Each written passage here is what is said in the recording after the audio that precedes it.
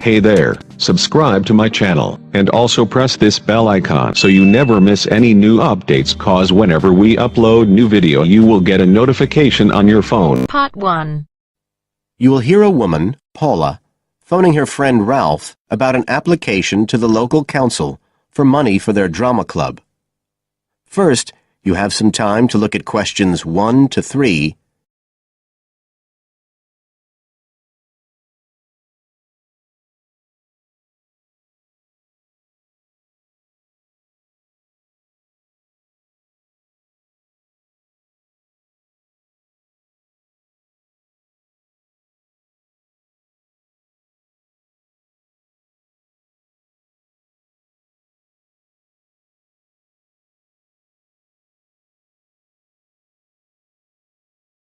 Now we shall begin.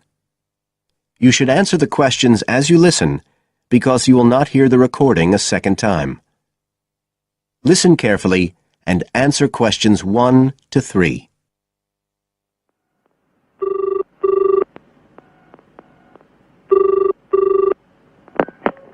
Hello? Ralph, it's Paula. Hi. You know I told you we could apply to the local council for money for our drama club? I've got the application form here, but we need to get it back to them by the end of the week. I could send it on to you. You really ought to fill it in as president of the club, but I don't know if it'll get to you in time. Well, you're the secretary, so I expect it's okay if you fill it in. Yeah, but I'd really like to check it together. Right, that's fine. Like, the first part asks for the main contact person. Can I put you there? Sure. Right, so that's Ralph Pearson. Oh, and then I need your contact address.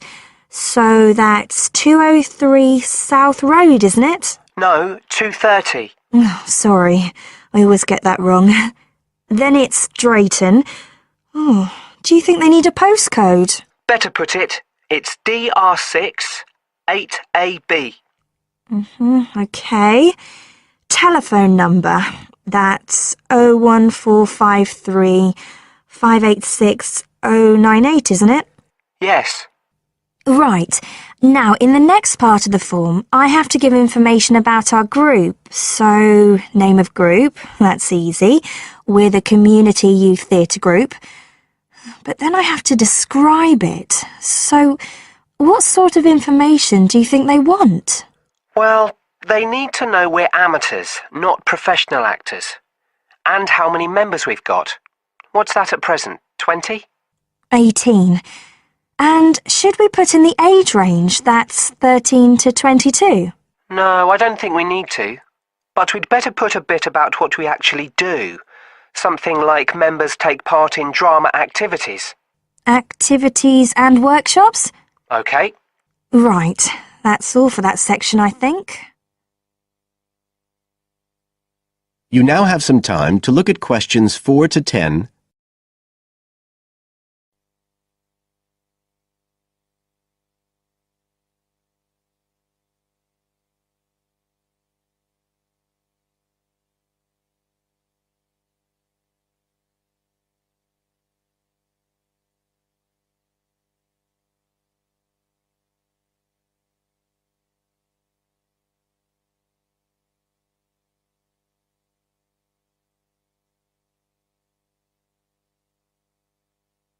Now listen and answer questions 4 to 10. Now, the next bit is about the project itself, what we're applying for funding for. So, first of all, they need to know how much money we want. The maximum's £500. I think we agreed we'd ask for 250, didn't we? OK. There's no point in asking for too much. We'll have less chance of getting it. Then we need to say what the project, the activity is. Right.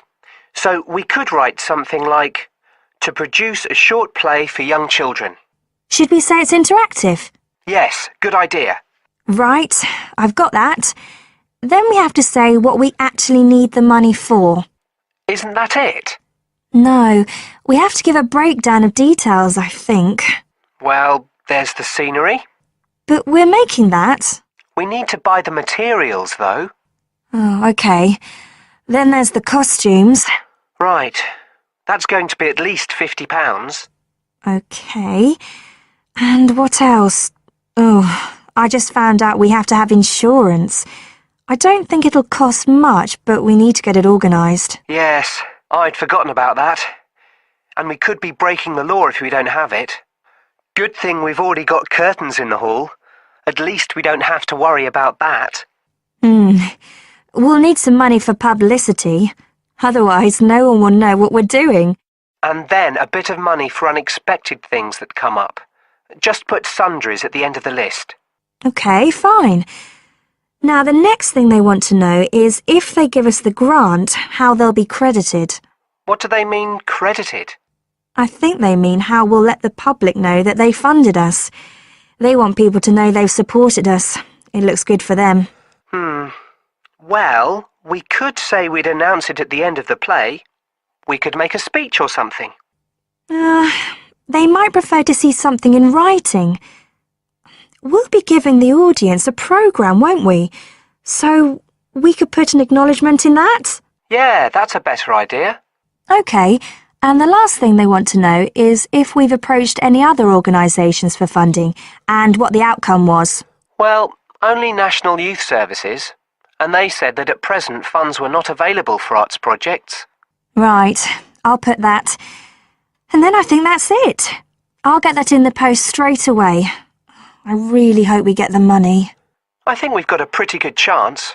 Hope so, anyway. Thanks for doing all this, Paula. That's okay.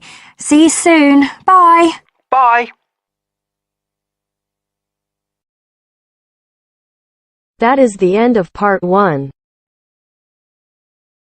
You now have half a minute to check your answers.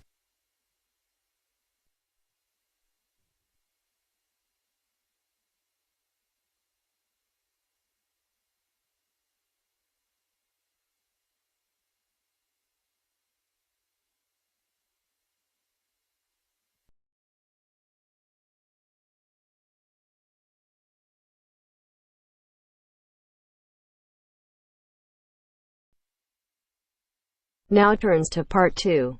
Part 2. You will hear 2 students and their tutor discussing a survey project. First, you have some time to look at questions 11 to 16.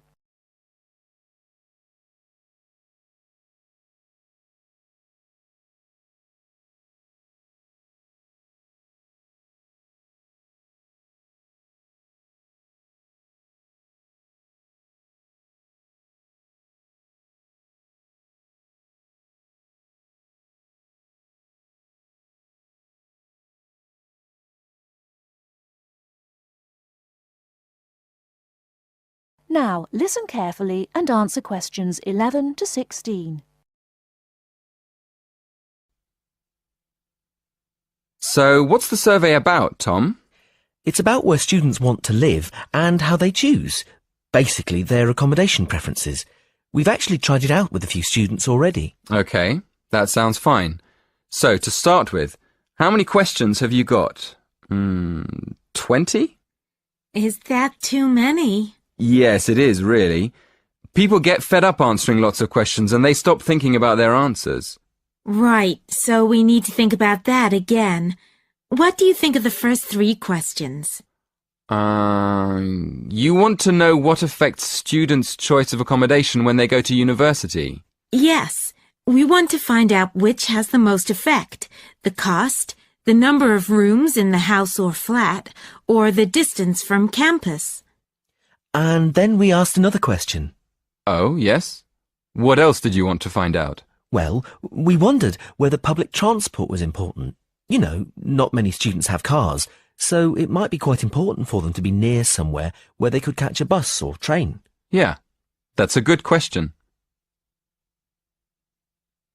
Before you ask any more people, I've got a couple of suggestions for improving the questionnaire. First of all, I think you need to ask fewer questions. As I said, 20 is really too many. I'd cut it down to 10 if I were you. Okay, 10 questions only. And is there anything else you think we should do? Well, yes. some of the questions are actually quite complicated. I think you should make them clearer. I think they should be easier to understand. And what do you think about asking more questions about cost? No, I don't think you need any more about cost, but you could ask a couple more questions about the reasons for students' decisions. So we should ask some more questions with why. Yes, I think you'd get quite a lot more information if you did that. Thank you. Before you hear the rest of the talk, you have some time to look at questions 17 to 20.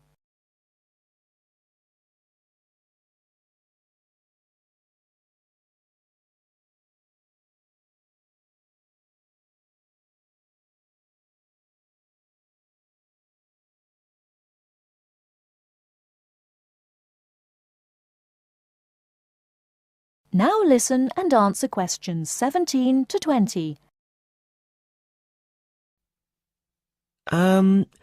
We've already got some results from our first questionnaire. Do you think we could use them? I don't see why not. What have you found out so far?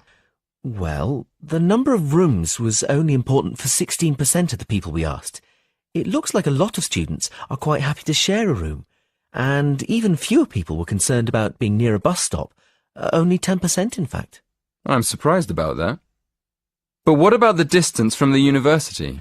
Well, that was quite important. Around 20% of the students we asked wanted to be close to campus. That makes sense. And what about the cost? Yeah, as we expected. The cost was by far the most important factor. More than half the students were concerned with the cost. 54% to be exact. Only 54%? I thought it would be closer to 80%. That is the end of part 2. You now have half a minute to check your answers.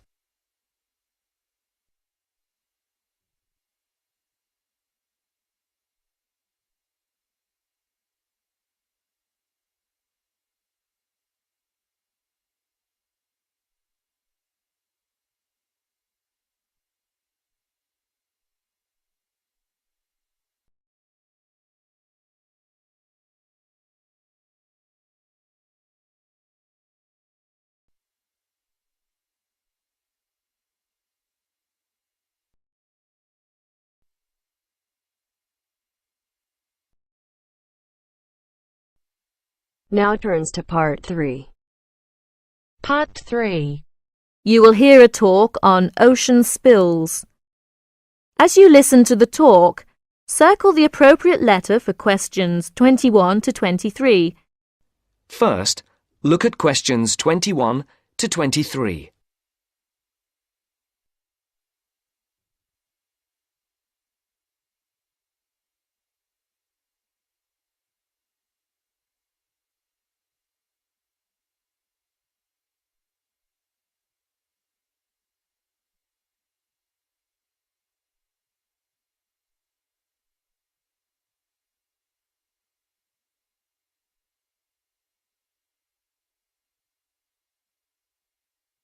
As you listen, answer the questions.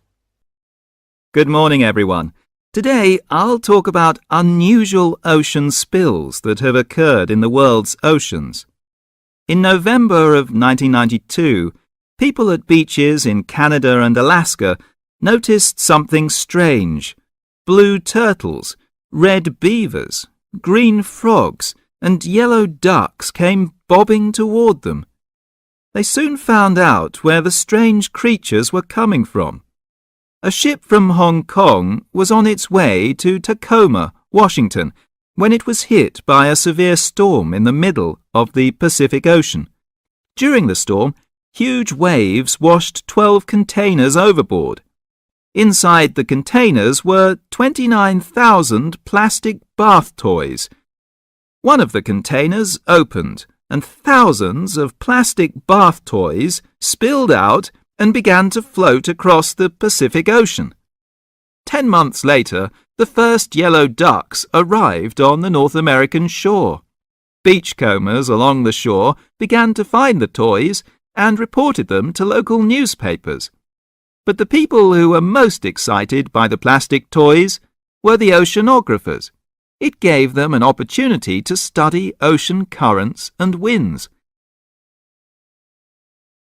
Before the conversation continues, look at questions 24 to 30.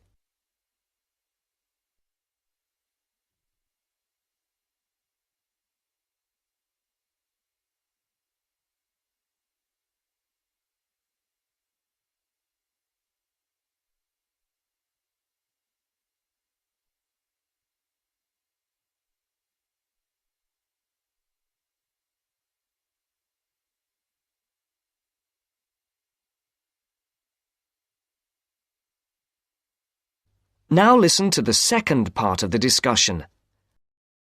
Oceanographers drop bottles into the ocean to study these things. But it would be too expensive to drop 29,000 bottles into the ocean at once. Imagine the value of studying the plastic ducks and frogs. This gave some interesting information to the oceanographers. The first toys were picked up in Sitka, Alaska, 10 months after they were washed off the ship. Some headed back into the North Pacific, while others drifted around the Arctic Ocean and headed for the North Atlantic. Many of the toys were swept northeast by the wind and were frozen in the ice of the Bering Sea. They're expected to cross the North Pole and float on down to the British Isles. This reminds me of another unusual ocean spill. In 1990, a ship travelling to the west coast of the United States from Korea was caught in a severe storm. The waves swept 21 containers of Nike shoes into the water. Scientists estimate that about 80,000 running, jogging and hiking shoes, 40,000 pairs of shoes, to you and me, hit the water at once. The shoes were for men, women and children. About 6 months later, people at beaches from Oregon to British Columbia began to find running shoes washed ashore. By the end of the year, Washington newspapers reported people finding hundreds of shoes. In Seattle, thousands of shoes floated to shore. Since the shoes were not attached, they arrived one at a time. The shoes were dirty, but after they were washed, they were still in good condition. People set up exchanges to find matches for their shoes. Oceanographers studied the information to learn more about the ocean. Some Nike shoes reached Hawaii, others went to the Philippines and Japan. According to the scientists, some of the shoes are on a trip around the world and should end up back in Washington and Oregon. Can you believe it? Many pairs of running shoes, as well as plastic ducks and frogs, are still on their ocean journey. So if you go to a beach anywhere in the world, don't be surprised if you see a green plastic frog or a woman's size 7 jogging shoe bobbing toward you. So keep your eyes out so you may find free bath toys and even a new pair of shoes. Thank you for attending my lecture. That is the end of part 3. You now have half a minute to check your answers.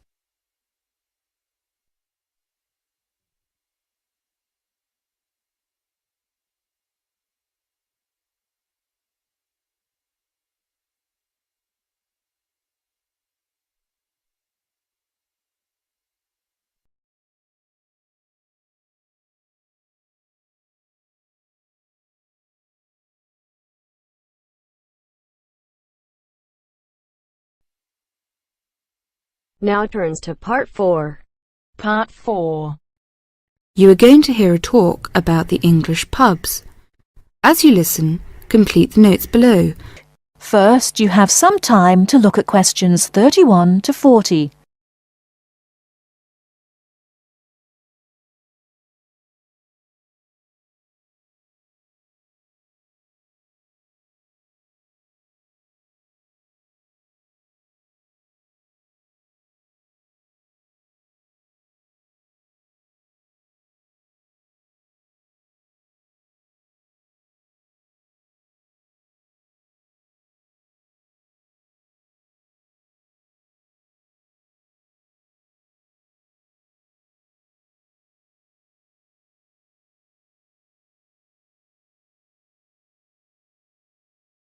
Now listen carefully and answer questions 31 to 40. In English pubs, the food is usually plain but of good quality. In fact, to taste good, traditional English food, you would do well to visit a reputable pub. Many businessmen habitually have lunch in a pub near their office. In the country, the pub is often part of an inn where you can put up for the night. The Englishman's favourite drink is beer. There are 3 different methods of serving beer in Britain. As you'd expect, some beer is served in bottles. Beer that comes from a tap is called draft beer, and there are 2 different methods of serving it. Keg beer is served with modern method, which uses a gas called carbon dioxide, and traditional draft has no gas in it, and a pump is used to pull the beer up the pipe and out of the tap. Keg beer is served colder than traditional draft. It's easier to look after, and some keg beers are sold almost everywhere in Britain. This means that you can always have exactly the same drink in any pub that sells a particular keg beer. Traditional British beer is probably quite different from the beer in your country. It has no gas in it, and it's not served very cold. But this is not a mistake. Traditional beer drinkers will tell you that this allows you to taste the beer better. Traditional draft is not always looked after as well as it should be, but in a good pub, a traditional draft beer drinker will tell you there can be no better drink. There are a lot of different breweries, companies that make beer, in Britain, but they make the same types of beer, and you can see them in the list below. Lager is the kind of beer that is common in many countries. Normally keg is served cold. Strong lager is often available in bottles. Bitter is the most popular kind of British beer. It tastes slightly bitter and can be keg or traditional draft. Most pubs have more than one kind. Guinness is a thick, almost black, bitter-tasting Irish beer.